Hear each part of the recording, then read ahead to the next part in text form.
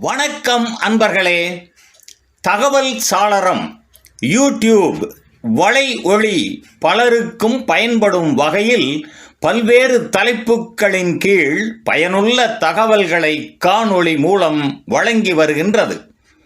இதே வகையில் கூட்டுறவு தணிக்கையாளர்களுக்கு பயன்படும் வகையில் தேடல் தெளிதல் எனும் காணொளி தொடர் மூலமாக தணிக்கையின் பல்வேறு பரிமாணங்களையும் நடைமுறைகளையும் நுட்பங்களையும் காணொளி மூலமாக பகிர்வதில் மகிழ்வடைகின்றோம். வாருங்கள் தணிக்கையாளர்களே, இனி தணிக்கையின் நுணுக்கங்களை நுட்பமாக அணுகுவோம். அன்பார்ந்த சகோதர சகோதரிகளே, உங்கள் அனைவருக்கும் வணக்கம். இந்த காணொளியில் நாம் பார்க்க இருப்பது கண்டதும் காணாததும். கண்டது என்பது கூட்டுறவு சங்கங்களின் தணிக்கையின் போது நாம் கண்டுபிடித்து தனி அறிக்கை மூலம் தெரிவித்த முறைகேடுகளும் மோசடிகளும். காணாதது நாம் நமது தணிக்கையின் போது கண்டுபிடிக்க இயலாமல் விடுபட்ட இனங்கள். முதலில் தணிக்கையின் போது கண்டுபிடிக்கப்பட்ட இனங்களை விரிவாக பார்ப்போம். 2018 ஆண்டு முதல் 2023 ஆண்டு வரை 5 நிதி ஆண்டுகளில் கூட்டுறவு சங்கங்களின் தணிக்கையின் போது நமது துறையினுடைய தணிக்கையாளர்களால் மோசடிகளும் முறைகேடுகளும் கண்டுபிடிக்கப்பட்டு அதற்கான தனி அறிக்கைகள் கூட்டுறவு தணிக்கை இயக்குனர் அவர்களின் மூலமாக தொடர்புடைய செயற்பதிவாளர்களுக்கு அனுப்பப்பட்ட புள்ளி விவரங்கள் அரசுக்கு அனுப்பப்பட்டு உள்ளன. அதன் அடிப்படையில் இங்கே காட்டப்பட்டுள்ள அட்டவணையில் பல்வேறு செயற்பதிவாளர்களின் கட்டுப்பாட்டில் உள்ள கூட்டுறவு சங்கங்களில் எந்தெந்த ஆண்டுகளில் எத்தனை தனி அறிக்கைகள் சமர்ப்பிக்கப்பட்டன, அந்த தனி அறிக்கைகளின் மூலமாக சுட்டிக்காட்டப்பட்ட முறைகேடுகளும் மோசடிகளும் தொகைகள் எவ்வளவு என்கிற விவரங்கள் இந்த அட்டவணையில் குறிப்பிடப்பட்டு உள்ளன. இதன்படி 2018-19 ஆண்டில் 604 தனி அறிக்கைகள் மூலம் 6537 லட்சம், அதாவது 65.37 கோடி அளவிற்கான முறைகேடுகளும் மோசடிகளுக்குமான தனி அறிக்கைகள் சமர்ப்பிக்கப்பட்டு உள்ளன. இதேபோல் 2019-20 ஆண்டில் 544 தனி அறிக்கைகள் மூலம் 47.95 கோடி பெறுமான மோசடிகளும் முறைகேடுகளுக்குமான தனி அறிக்கைகள் அனுப்பப்பட்டுள்ளன. 2020-21 ஆண்டில் 484 தனி அறிக்கைகள் மூலம் 8760 லட்சம், அதாவது 87.61 கோடிக்கான மோசடிகளும் முறைகேடுகளும் நடந்து அதற்கான தனி அறிக்கைகள் அனுப்பப்பட்டுள்ளன. 2021-21 கணக்கு ஆண்டில் 380 தனி அறிக்கைகள் 52.4 கோடிக்கான மோசடிகளும் முறைகேடுகளுக்கும் தனி அறிக்கை அனுப்பப்பட்டுள்ளன. 2022-23 ஆண்டிற்கான கணக்கு ஆண்டிற்கான தணிக்கையில் 326 தனி அறிக்கைகள், அதன் மோசடி மற்றும் முறைகேடுகளின் மதிப்பு 45.41 கோடி. ஆக மொத்தமாக இந்த 5 ஆண்டுகளினுடைய மொத்த மோசடி மற்றும் முறைகேடுகளின் அளவு 298.68 கோடி என்பதும், இதற்காக 2338 தனி அறிக்கைகள் அரசுக்கு புள்ளிவிவரங்களாக அனுப்பப்பட்டுள்ளன என்பதும் ஒரு நல்ல தகவலாகும். ஆக இந்த 5 ஆண்டுகளிலே தணிக்கையாளர்கள் மிகச் சிறப்பாக பணிபுரிந்துள்ளதும் அவர்களுடைய தணிக்கையினுடைய வெளிப்பாடு இந்த தனி அறிக்கைகளின் மூலமாக கண்டுபிடிக்கப்பட்ட மோசடி மற்றும் முறைகேடுகளுக்காக கடுங்குறைகளுக்கான தனி அறிக்கை சமர்ப்பிக்கப்பட்டுள்ளதும் நல்லதொரு விஷயமாகவே பார்க்கப்படுகின்றது. இந்த அடிப்படையில் இந்த அட்டவணையில் குறிப்பிட்டுள்ளது போன்ற கண்ட சில விவரங்களுக்கான தனி அறிக்கைகளின் சுருக்கத்தை ஒரு சில இனங்களை நாம் இப்பொழுது பார்க்கலாம்.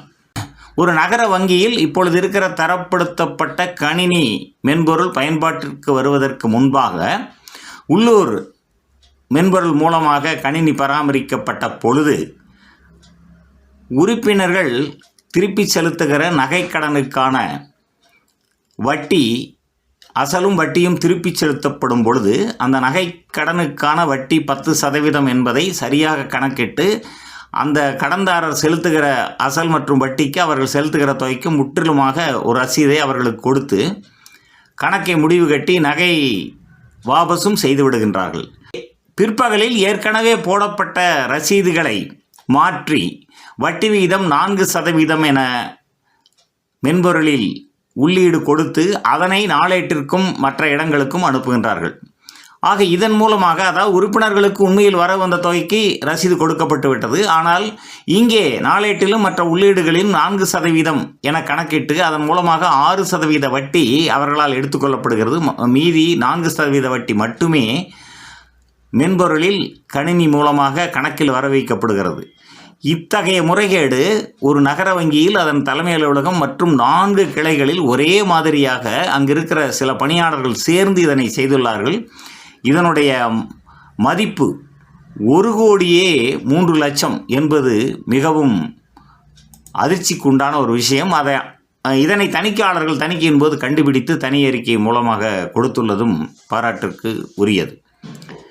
அடுத்ததாக, ஒரு நகர வங்கியில் சேமிப்பு கணக்கில் 2 கிளை மற்றும் ஒரு தலைமை அலுவலகத்தில் அதனுடைய வட்டி விகிதம் 4% என்று கணக்கில் உள்ளீடு செய்வதற்கு பதிலாக 6.75 என உள்ளீடு செய்துவிட்டார்கள். இதன் காரணமாக அந்த நகர வங்கியினுடைய தலைமை அலுவலகம் மற்றும் கிளைகளில் சேமிப்பு கணக்குகளில் அவர்கள் வைப்புதாரர்களுடைய வட்டி 2.25% அதிகமாக கணக்குகளில் கிரெடிட் செய்யப்பட்டு விட்டது. இதனுடைய மதிப்பு 35 லட்சம். பின்னர் இது தணிக்கையாளர்களால் தனி அறிக்கை மூலம் தெரிவிக்கப்பட்டு நிர்வாகத்தால் நடவடிக்கை எடுத்து தீர்வு செய்யப்பட்டிருக்கின்றது. அதற்கு அடுத்ததாக, ஒரு மாவட்ட மத்திய கூட்டுறவு வங்கியினுடைய கிளையில் ஒரு பணியாளர் தன்னுடைய நண்பர் மற்றும் உறவினர்களுடைய பெயரில் சேமிப்பு கணக்கை தொடங்கி அந்த சேமிப்பு கணக்குகளுக்கு உள்ளீடாக, அதாவது அட்ஜஸ்ட்மெண்ட் மூலமாக ஏற்கனவே முதிர்வடைந்திருக்கிற எம்எஃப்டி தவணை வைப்புகளினுடைய தொகை மற்றும் செயலிழந்து இருக்கிற சேமிப்பு கணக்குகள், பற்பல கடனீந்தோரில் கொடுக்க வேண்டிய இனமாக நிலுவி நிற்கிற இனங்கள், மானியங்கள் தீர்வு செய்யப்படாமல் நிலுவையாக நிற்கிற இனங்கள் ஆகிய அனைத்தும் பொறுப்பு இனங்கள்.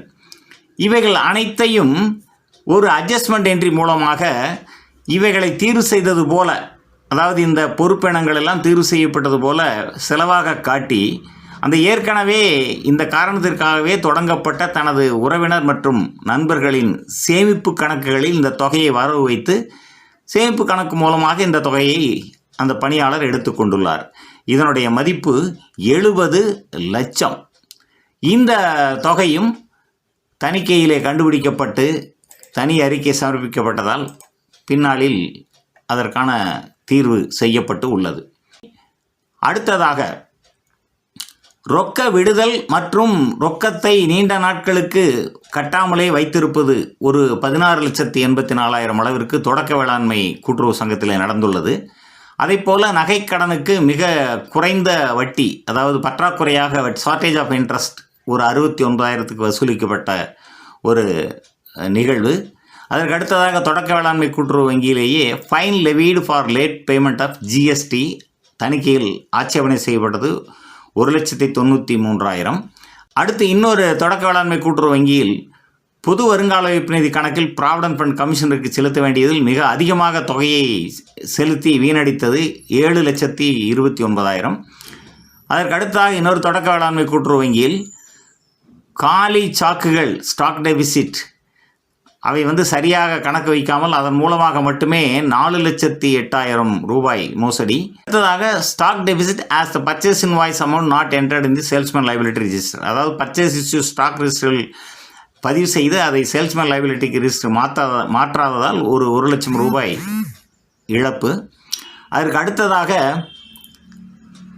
Excess pay fixation arrears and increment arrears paid to the staff, சம்பள நிர்ணயத்தில் ஏற்பட்ட கோளாறின் காரணமாக 1,81,000. இதுவும் ஒரு தொடக்க வேளாண்மை கூட்டுறவு சங்கத்தில் நடந்ததே. மறுபடியும் இன்னொரு தொடக்க வேளாண்மை கூட்டுறவு சங்கத்தில் ஒரு 8 பணியாளர்கள் இல்லாமலேயே அவர்களுக்கு குரூப் கிராஜுவிட்டி பணம் கணக்கீடு செய்து ஒரு 2,64,000 செலுத்தியதாக காட்டிய ஒரு மோசடி. அதற்கு அடுத்ததாக மெம்பர்களுடைய சேமிப்பு கணக்குகளிலே ஓவர் பேமெண்ட் தொகை இருப்பு இல்லாமலே சேமிப்பு கணக்குகளிலே வாபஸ் காட்டப்பட்டு ஒரு 8,09,000 மோசடி. அதற்கு அடுத்ததாக ஒரு கஸ்டமருடைய அதாவது வங்கத்தனங்களுடைய சேமிப்பு கணக்குகளை முடிவு கட்டி அதனை அந்த பணியாளர்களுடைய கணக்கிற்கு வர வைத்துக் கொள்வது, அது ஒரு 1,01,000 ரூபாய். அதற்கு அடுத்ததாக by preparing false challans by the society staff accounts written as amounts remitted in interest payment for DCCB loan, but the amount was not actually remitted in the bank and misappropriated by the society. அதாவது மத்திய கூட்டுறவு வங்கியில் சங்கத்தினுடைய கடன் கணக்குக்காக செலுத்தியதாக போலி சலான்கள் தயாரித்து எழுதிவிட்டு ஆனால் உண்மையில் செலுத்தாமல் விடப்பட்டது ஒரு 3 லட்சம். ஆக இவ்வாறு இந்த 14 இனங்களிலும் நடைபெற்ற மோசடிகளுக்கும் முறைகேடுகளுக்கும் தனி அறிக்கை சமர்ப்பிக்கப்பட்டது. தணிக்கையாளர்களுடைய திறனை காட்டுகின்ற விஷயங்கள் இதுவரை நாம் பார்த்தது கண்டது. இனி காணாதது என்பதிலே தணிக்கையில் கண்டுபிடிக்காத மோசடி இனங்களை பற்றி நாம் இப்பொழுது பார்க்கலாம். முதலில் வருவது அதாவது case study frauds not detected for a decade. அதாவது ஒரு தொடக்க வேளாண்மை கூட்டுறவு சங்கத்தில் 1995-96 முதல் 2004-05 ஆண்டு வரை, அதாவது 10 ஆண்டுகளில் 17 வகையான மோசடிகளில் ரூபாய் 33.3 லட்சம் கையாடல் செய்யப்பட்டதை 8 ஆண்டுகள் தொடர்ந்து தணிக்கை மேற்கொண்ட தணிக்கையாளர்கள் கண்டுபிடிக்கவில்லை என்பது சட்டபூர்வ விசாரணை அலுவலர் கண்டுபிடிப்பு. ஆக ஒரே ஒரு சங்கத்தில் தொடர்ந்து 10 ஆண்டுகள் நடைபெற்ற முறைகேடுகள் தணிக்கையாளர்களால் கண்டுபிடிக்கப்படவில்லை என்பது இந்த காணாததில் இருக்கிற ஒரு முதன்மையான இனமாக நாம் பார்க்க வேண்டியிருக்கிறது. இது இயக்குனர் அவர்களுடைய ஒரு கடிதத்திலே தெரிவிக்கப்பட்டு உள்ளது. சரி, அவ்வாறு அந்த காணாத இனங்கள் என்னென்ன என்பதை இங்கே நாம் பட்டியலிட்டு காட்டியிருக்கின்றோம். Jewel loan recovery not brought into day book. Delay in actioning jewel for the recovery of loan. Short collection of interest on jewel loan. Bogus entry in loan ledger for collection of interest on loan. Fixed deposit refund double times. அதாவது 2 தடவை வாபஸ். Fixed deposit closed without the knowledge of the depositor. FD loan recovery not brought into day book. Short collection of interest on FD loan. Bogus sign in FD receipt to get loan on FD. Amount received from sugar mills to members credited to the personal account of secretary's wife account. KCC loan double times using the signature of members. Loan amount recovered not brought into account. Loan already fraudulently shown as closed, reopened and made eligible for waiver. ஆக இந்த சங்கத்தினுடைய இந்த இனங்களில் நாம் பார்க்கும் பொழுது கடன்கள் மற்றும் வைப்புகளில் சுற்றி பல முறைகேடுகள், குறிப்பாக jewel loan, KCC loan, FD போன்றவைகளில் சுற்றி மோசடிகளும் முறைகேடுகளும் நடந்துள்ளதும், இதன் உச்சகட்டமாக ஒரு கடனானது முடிவு கட்டப்படாமலே பணத்தை வாங்கி கொண்டு முடிவு கட்டியதாக காட்டி முடிவு கட்டப்பட்ட பின்னால் அரசாங்கத்தினுடைய தள்ளுபடி திட்டம் வந்த பொழுது அந்த கடனை மீண்டும் உயிர்ப்பித்து அதற்கான தொகையை அரசிடமிருந்து பெற்றிருப்பது என்பது இந்த முறைகேடுகளின் ஒரு உச்சகட்டமாகவே தோன்றுகிறது. ஆனால் இவைகள் அனைத்தையுமே தணிக்கையாளர் கண்டுபிடிக்கவில்லை என்பதும் ஒரு வேதனை அளிக்கிற ஒரு விஷயமாகவே இருக்கின்றது. அடுத்ததாக காணாதது என்பதில் ஒரு நகர வங்கியில் நடைபெற்ற 2.83 கோடி மோசடி தணிக்கை துறையை உலுக்கியது. இவ்வங்கி கணக்கில் முழுமையாக கணினியில் பராமரிக்கப்பட்டன. கணக்குகளை கணினியில் பராமரித்து வரும் கம்ப்யூட்டர் நிறுவனம் மற்றும் அதன் உரிமையாளர் இருவராக 3 சேமிப்பு மற்றும் நடப்பு கணக்குகளில் வரவுச்சீட்டு எதுவுமின்றி, நாளேட்டு பதிவு எதுவுமின்றி கணினியில் உள்ள தனிநபர் கணக்கில் மட்டும் முன் தேதிகளில் தொகை வரவு வந்ததாக காட்டி அல்லது ஏற்கனவே செலவு காட்டப்பட்ட பதிவினை நீக்கிவிட்டு இருப்பு தொகையை அதிகரித்து பின் தேதிகளில் முறையான செலவு சீட்டுக்கள் மூலம் கணக்கிலிருந்து ரொக்கம் வாபஸ் பெறப்பட்டு முறைகேடு நடைபெற்று உள்ளது. இவ்வாறு நடைபெற்ற முறைகேடுகள் கணக்கு வைப்பின் நடைமுறையில் வெளிப்படையாக தெரியாத வண்ணம் சேமிப்பு மற்றும் நடப்பு கணக்குகளின் தனிநபர் பதிவேடுகளிலும் கணினியில் பேரேட்டு நிலுவை பட்டியல்களிலும் கணினி மென்பொருள் மூலம் மாற்றங்கள் செய்து தனிநபர் கணக்குகளில் மொத்த தொகை பொது பேரேட்டு நிலுவைக்கு சமமாக இருக்குமாறு காண்பித்து மூடி மறைக்கப்பட்டு உள்ளது. கணினி சூழல் தணிக்கை குறித்த அறிவும் அனுபவமும் இல்லாதால் இம்முறைகேட்டினை தணிக்கையில் கண்டுபிடிக்க இயலாமற் போனது. எனினும் இத்தகைய சூழ்நிலையில் எத்தகைய முன்னெச்சரிக்கையும் நுட்பங்களும் தேவை என்பதை கண்டறிய வேண்டிய கட்டாயத்தில் நாம் இருக்கிறோம். இதனை அனலிட்டிக்கல் ரிவ்யூ டெக்னிக் என்கிற ஒரு முறையை கடைபிடித்திருந்தால் இந்த கணினி அறிவு இல்லாவிட்டாலும் கூட நாம் இதனை கண்டுபிடித்திருக்க முடியும். இது எவ்வாறு என்றால், சேவிங்ஸ் டெபாசிட் growth இன் ப்ரீவியஸ் 3 years என்பதை பார்க்கும் பொழுது அது ஒவ்வொரு ஆண்டும் 5% சேமிப்பு கணக்கு உயர்ந்து கொண்டே இருக்கிறது. ஆனால் எந்த ஆண்டில் இந்த மோசடி நடந்ததோ அந்த ஆண்டில் அது 39% வீழ்ச்சி அடைந்துள்ளது. அதாவது சென்ற 3 ஆண்டுகளில் 5% வைப்புகள் கூடிக்கொண்டே வந்திருக்கின்றன. ஆனால் இந்த மோசடி நடந்த ஆண்டில் சேமிப்பு கணக்கு 39% வீழ்ச்சி அடைந்திருக்கிறது. அப்படி என்றால் இதை பார்த்த உடனேயே ட்ரையல் பேலன்ஸு அல்லது பேலன்ஸ் ஷீட்டில் பார்த்த உடனேயே நாம் சந்தேகப்பட்டிருக்க வேண்டும். இது எப்படி என்றால், ஆரம்ப இருப்பு, அந்த ஆண்டினுடைய ஆரம்ப இருப்பு சேமிப்பு கணக்கில் 274 லட்சம், வரவு 2496 லட்சம், செலவு 2000, அதாவது வாபஸ் 2602 லட்சம், முடிவிருப்பு 168 லட்சம். இதன் மூலமாக ஆரம்ப இருப்பு 274 லட்சமாக இருக்கும்போது முடிவிருப்பு 128 லட்சம். இது 39% வீழ்ச்சி. ஏன் இவ்வாறு நடந்தது என்பதை பார்த்திருந்தாலே மொத்தமே இந்த மோசடி 3 கணக்கில் தானே நடந்திருக்கிறது. மிகச் சுலபமாக இதை கண்டுபிடிக்க முடியும். வருங்காலத்தினுடைய ஒரு யுக்தியாக நாம் இதை, இந்த அனலிட்டிக்கல் ரிவ்யூ டெக்னிக் என்பதை இந்த இடத்திலே நாம் பயன்படுத்தி கொள்ள வேண்டும் என்பதை மட்டும் நாம் நினைவில் வைத்துக்கொள்வோம். அதற்கு அடுத்ததாக ஒரு நுகர்வோர் மொத்த விற்பனை கூட்டுறவு பண்டகத்தில் நடைபெற்ற ஒரு முறைகேடானது கடைசி வரை அது விற்பனை விடுதலா அல்லது இருப்பு குறைவா என்பதை தீர்வு செய்ய முடியாமலேயே ஒரு விசித்திரமான முறைகேடு தணிக்கையில் கண்டுபிடிக்க இயலாமற் போயிற்று.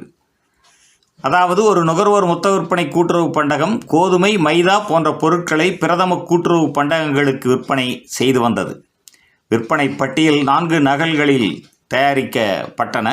விற்பனை தொகைக்குரிய காசோலையை பெற்றுக்கொண்டு முதல் பிரதி வாடிக்கையாளருக்கு வழங்கப்படும். அடிக்கட்டை விற்பனை பிரிவில் இருக்கும் மற்ற 2 பிரதிகளும் காசோலை கணக்கு பிரிவிற்கு அனுப்பப்படும். கணக்கு பிரிவில் பதிவுகள் மேற்கொள்ளப்பட்டு அதற்குரிய குறிப்புடன் ஒரு பிரதி மட்டும் கிட்டங்கி காப்பாளருக்கு அனுப்பப்படும். பிரதம கூட்டுறவு பண்டகத்தின் பிரதிநிதி கிட்டங்கி காப்பாளரிடமிருந்து சரக்கினை பெற்றுக்கொள்வார். நல்ல நடைமுறைதான். இதில் எங்கே தவறு நிகழ்ந்தது? விற்பனை பிரிவிலிருந்து காசோலையும் பட்டியலும் கணக்கு பிரிவிற்கு செல்லாமல் கிட்டங்கி காப்பாளரின் பிரதியில் கணக்கு எழுதப்பட்டது என்ற போலியான ஒரு ரப்பர் ஸ்டாம்ப் குறிப்பு எழுதி கிட்டங்கி காப்பாளரிடம் சரக்கு பெற்றுக்கொள்ளப்பட்டது. மொத்தத்தில் விற்பனை கணக்கு எழுதப்படாமல் சரக்கு டெலிவரி கொடுக்கப்பட்டு விட்டது. இந்த முறைகேடு சில ஆண்டுகள் தொடர்ந்து நடந்து முறைகேட்டின் அளவு ரூபாய் 77 லட்சத்தை தொட்ட பின்னர் வெளிவந்து விட்டது. விற்பனை பிரிவில் தினந்தோறும் தயாரிக்கப்பட்ட விற்பனை பட்டியல்கள் அனைத்தும் கணக்கு பிரிவில் பதிவு செய்யப்பட்டதா என்பதை கண்காணிக்கும் நடைமுறை எதையும் நிர்வாகம் கடைபிடிக்கவில்லை. அது சரி, தணிக்கையில் என்ன நடைமுறை கடைபிடிக்கப்பட்டது? கணக்கு பிரிவின் விற்பனை நாளேட்டை ஒரு தணிக்கையாளரும் கிட்டங்கி சரக்கு இருப்பு பதிவேட்டினை பிரிதொரு தணிக்கையாளரும் சரிபார்த்து உள்ளனர். கணக்கு பிரிவு தணிக்கையாளர் கணக்கு பிரிவில் உள்ள விற்பனை பட்டியல்கள் விற்பனை நாளேட்டில் விடுதலின்றி பதிவு செய்யப்பட்டதா என்பதை பரிசோதித்தார். ஆனால் விற்பனை பிரிவில் இருந்து கணக்கு பிரிவிற்கு வந்து சேராத விற்பனை பட்டியல்கள் பற்றி அவருக்கு எதுவும் தெரியாது. கிட்டங்கி சரக்கு இருப்பு பதிவேட்டினை சரிபார்த்த தணிக்கையாளர் கிட்டங்கி காப்பாளரிடம் உள்ள விற்பனை பட்டியலின்படி பதிவுகள் முறையாக உள்ளதா என்பதை சரிபார்த்தார். அவர் சரிபார்த்த விற்பனை பட்டியல்களில் சில கணக்கு பிரிவில் விற்பனை நாளேட்டில் பதிவு செய்யப்படவில்லை என்பது அவருக்கு தெரியாது. விற்பனை பட்டியலை கணக்கில் எழுதாததால் விற்பனை விடுதல் என்று ஒரு சாராரும், போலியான விற்பனை பட்டியல்களின்படி சரக்கு டெலிவரி கொடுக்கப்பட்டதால் சரக்கு இருப்பு குறைவு என மற்றொரு சாராரும் முடிவில்லா தொடர் விவாதம் செய்தனர். ஆனால் முறைகேடு பகலில் பசுமாடு செல்வது போல் தணிக்கையில் கண்டுபிடிக்கப்படாமல் தணிக்கையாளரின் கண்களில் மண்ணை தூவிவிட்டது. கணக்கு வைப்பு நடைமுறையை பரிசீலித்ததில் ஒருங்கிணைந்த தணிக்கை திட்டம் தயாரித்தல், எண்ணிக்கை பட்டியல் நுட்பத்தை கடைபிடித்தல், குவான்டிட்டி ஸ்டேட்மெண்ட், கட்டுப்பாடற்ற பொருட்களுக்கு தனியாக லாப நட்டம் தயாரித்தல் போன்ற முன்னெச்சரிக்கை நடவடிக்கையை தணிக்கையில் மேற்கொண்டிருந்தால் நாம் முறைகேட்டினை மடக்கி தணிக்கை துறையினுடைய பெருமையை சேர்த்திருக்கலாம் தானே. குறிப்பாக இப்பொழுது குழுவாக செயல்படுகின்ற தணிக்கையினுடைய நடைமுறையின்படி அந்த கணக்கு வைப்பில் இருக்கிற ஒவ்வொரு அம்சங்களும் நன்கு பரிசீலிக்கப்பட்டு ஒரு தணிக்கையாளர் பார்க்கிற பணியும் மற்றொரு தணிக்கையாளர் பார்க்கின்ற பணிக்கும் ஒன்றோடு ஒன்று எத்தகைய தொடர்புகளை அது சார்ந்திருக்கிறது என்பதையெல்லாம் முன்கூட்டியே திட்டமிட்டு அதற்கேற்ப தணிக்கை திட்டத்தை வகுக்க வேண்டும் என்பதை நாம் நினைவில் கொள்ள வேண்டும். அதற்கு அடுத்ததாக, ஒரு பணியாளர் கூட்டுறவு கடன் சங்கத்தில் அங்கத்தினரிடமிருந்து வசூலிக்கப்பட்ட கடனை வரவு வைக்காமல் பல லட்சம் மோசடி நடந்தது. இது ஒன்றும் புதிதல் என்று நீங்கள் நினைக்கலாம். ஆனால் முறைகேடு நடந்த விதம் மிகவும் புதுமையானது. இச்சங்க உறுப்பினர்கள் பல மாவட்டங்களில் பணிபுரிந்து வந்தனர். எனவே பல அலுவலர்களுக்கு மாதாந்திர கேட்பு அனுப்பப்பட்டு வெளியூரிலிருந்து வரும் தொகைகள் வங்கி டிமாண்ட் டிராஃப்ட் மூலம் பெறப்பட்டு வந்தன. சங்கத்திற்கு ஒரு வங்கி கணக்கு இருந்தது. சங்கத்தின் செயலாளர் பிரிதொரு வங்கியில் சங்கத்தின் பெயரில், ஆனால் சங்கத்தின் கணக்கில் வராமல் ஒரு இரகசிய கணக்கு தொடங்கி வெளியூரிலிருந்து வரும் டிமாண்ட் டிராஃப்டுகள் சிலவற்றை மாதந்தோறும் அந்த கணக்கில் செலுத்தி பின்னர் காசோலை மூலம் பணத்தை எடுத்து கையாடல் செய்து வந்தார். மோசடி சில ஆண்டுகள் தொடர்ந்து தானாகவே வெளிவந்துவிட்டது. இவ்வங்கி கணக்கின் வரவு செலவு எதுவும் சங்கத்தின் கணக்குகளில் வராததால் தணிக்கையின் போது கண்டுபிடிக்க இயலவில்லை. ஆனால் மாதாந்திர கேட்பு வசூல், தவணை தவறிய கடன் பரிசீலனை, பேரேட்டு நிலுவைப் பட்டியல் பரிசீலனை ஆகிய முன் எச்சரிக்கை நடவடிக்கையை தணிக்கையாளர் மேற்கொண்டிருந்தால் இந்த மோசடியை அந்தந்த ஆண்டுகளிலேயே வெளிக்கொண்டு வந்திருக்கலாம் என்பதுதான் சரியான கருத்து. எனவே பணியாளர் கூட்டுறவு கடன் சங்கங்களிலே இந்த மாதாந்திர கேட்பு வசூல் நிலுவை என்பது மிக மிக முக்கியமான ஒரு விஷயம். அத்தோடு தவணை தவறிய கடன்கள் பரிசீலனை என்பதையும் மிக கவனமாக பார்க்க வேண்டும் என்பதை நாம் கவனத்தில் கொள்ள வேண்டும். அதற்கு அடுத்ததாக, பிரதம வேளாண்மை கூட்டுறவு சங்கங்களுக்கு உரம் விற்பனை செய்யும் மாநில இணைய மண்டல மையத்தில் ரூபாய் 30 லட்சத்திற்கும் மேலாக முறைகேடு நடந்தது. கடன் விற்பனை பட்டியல்கள் தயாரிக்கப்பட்டு தனியார் லாரி மூலம் பிரதம கூட்டுறவு சங்கங்களுக்கு உரம் டெலிவரி கொடுக்கப்பட்டு வந்தது. இப்பட்டியல்கள் சரக்கு ஒப்படைக்கப்பட்டதற்கான ஒப்புதலுடன் அதிகபட்சமாக 10 நாட்களுக்குள் மண்டல மையத்தில் லாரி ஒப்பந்தக்காரரால் திருப்பி ஒப்படைக்கப்பட வேண்டும். இன்வாய்ஸ் தேதியிலிருந்து 30 நாட்களுக்குள் மத்திய வங்கி மூலம் கடன் விற்பனை தொகை வரவாகிவிடும். இந்த நடைமுறையை தனக்கு சாதகமாக பயன்படுத்தி கொண்ட லாரி ஒப்பந்தக்காரர் சில சங்கங்களுக்கு உரிய உரத்தினை வெளிச்சந்தையில் விற்பனை செய்துவிட்டு அடுத்த நாட்களில் டெலிவரி எடுக்கும் உரத்தினை முந்தைய சங்கத்திற்கு வழங்கும் சுழல் சரிக்கட்டல் முறை மூலம் மோசடி செய்து வந்துள்ளார். இதனால் பல சந்தர்ப்பங்களில் டெலிவரி இன்வாய்ஸ் 10 நாட்களுக்கு மேல் தாமதம் ஆகியுள்ளது. எனினும் 30 நாட்களுக்குள் தொகை வந்துவிட்டதால் நிர்வாகம் இதனை பெரிதாக எடுத்துக்கொள்ளவில்லை. இந்த மோசடி சில மாதங்களிலேயே கண்டுபிடிக்கப்பட்டு தணிக்கை முடியும் முன்னரே வெளிவந்துவிட்டது. எனினும் இடைக்கால தணிக்கையில் இதனை கண்டுபிடிக்க இயலாமல் போய்விட்டது. எனினும் தனியார் லாரி ஒப்பந்தக்காரருடன் இணையம் செய்து கொண்ட ஒப்பந்தம், அவரிடம் பெற்றிருந்த வங்கி உத்தரவாதம், டெலிவரி இன்வாய்ஸ் பெறுவதில் மிகையான தாமதம், ஸ்பிக் ஃபேக்ட் போன்ற நிறுவனங்களிலிருந்து உரம் டெலிவரி எடுத்து வர கடைபிடித்த நடைமுறை, கிட்டங்கி காப்பாளரின் பொறுப்பு நிலை, சரக்கு இருப்பின் மீது உயர் அலுவலரின் கண்காணிப்பு ஆகியவைகளில் காணப்பட்ட குறைபாடுகளை முன்னெச்சரிக்கையாக தணிக்கையில் பரிசீலனை செய்திருக்கலாம் என்பதை நமது வருங்கால வழிகாட்டியாக நாம் எடுத்துக்கொள்ள வேண்டும்.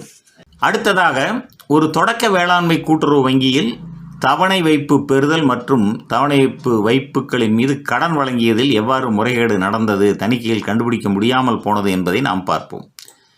ஒரு சங்கத்தில் தவணை வைப்பு வராமலேயே தவணை வைப்பு வரவு வந்ததாக காட்டி சில நாட்களின் பின்னர் அந்த தொகை தவணை வைப்பிற்கு கடன் வழங்கியதாக காட்டி அந்த கடன் தொகை எடுத்துக்கொள்ளப்பட்டது. இவ்வாறே பல வைப்புகள் வர வைக்கப்பட்டு எடுத்துக்கொள்ளப்படுவதால் பண சுழற்சி முறையில் முறைகேடுகள் தொடர்ந்து நடந்து கொண்டே இருந்திருக்கின்றன. ஆக ஆவணங்கள் சரியாக இருப்பதால் இது தணிக்கையில் கண்டுபிடிக்க முடியவில்லை என்பது தணிக்கையாளரின் கருத்தாக இருந்த போதிலும் இத்தகைய மோசடிகளை நாம் அனலிட்டிக்கல் ரிவ்யூ டெக்னிக் மூலமாக எப்படி கண்டுபிடிக்கலாம்? இந்த சங்கத்தில் சென்ற ஆண்டில் நிலுவை நின்ற தவணை வைப்புகள் தொகை 224 லட்சம், கடன் வழங்கியிருந்தது 24.6 லட்சம். ஆக வைப்புகளின் மீது வழங்கப்பட்ட கடன் விகிதம் 11%. நடப்பு ஆண்டில் தவணை வைப்பு நிலுவை 243 லட்சம், வழங்கிய கடன் 60.75 லட்சம். ஆக கடன் வழங்கிய விகிதம் 25%. இந்த இடத்தில் நாம் பார்க்கும் பொழுது சென்ற ஆண்டில் தவணை வைப்புகளின் மீது வழங்கப்பட்ட தவணை வைப்பு கடனானது 11% இருந்த பொழுது இந்த ஆண்டில் 2 மடங்கிற்கு மேலாக, அதாவது 25% அது உயர்ந்துள்ளது. இதனை கணக்கிட்டு பார்க்கும் பொழுது 33 லட்சம் இதில் மோசடி நடந்துள்ளது. அந்த 33 லட்சம் இந்த 14%, 25க்கும் 11க்கும் இடையில் இருக்கிற 14% என்பது ஆச்சரியம் அளிப்பதாக உள்ளது. எனவே மிக சுலபமாக இதை அனலிட்டிக்கல் ரிவ்யூ டெக்னிக் மூலமாக நாம் தணிக்கையில் கண்டுபிடித்திருக்க முடியும்.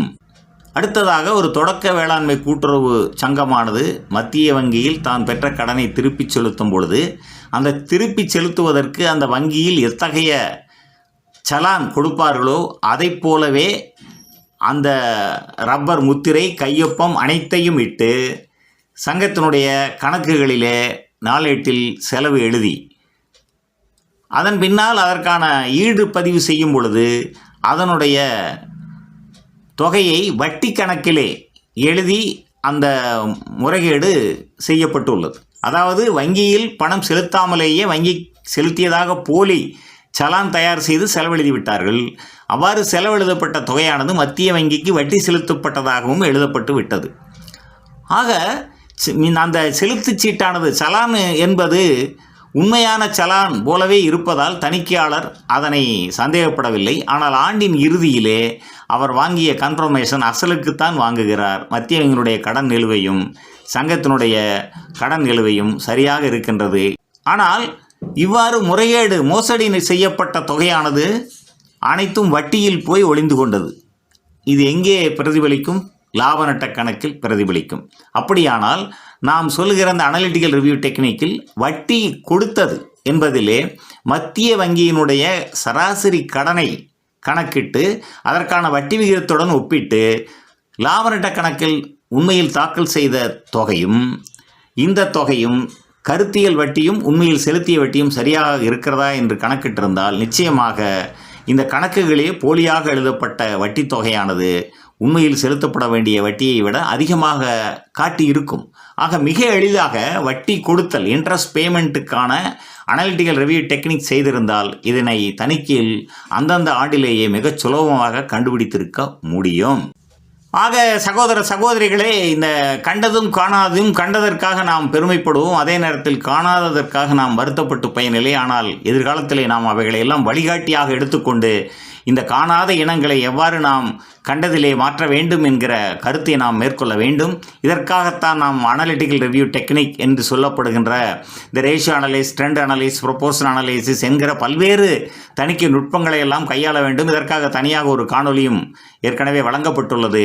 எனவே அந்த அனலிட்டிக்கல் ரிவ்யூ டெக்னிக் என்கிற அறிவாயுதத்தை நம் கையிலே எடுத்து அவைகள் மூலமாக தணிக்கையிலே இத்தகைய முறைகேடுகளையும் மோசடிகளையும் நாம் வெளிக்கொண்டு வந்து தணிக்கை துறையினுடைய மாண்புகளை பெருக்க வேண்டும் என்கிற கருத்தோடு இந்த காணொலியை நிறைவு செய்கின்றேன்.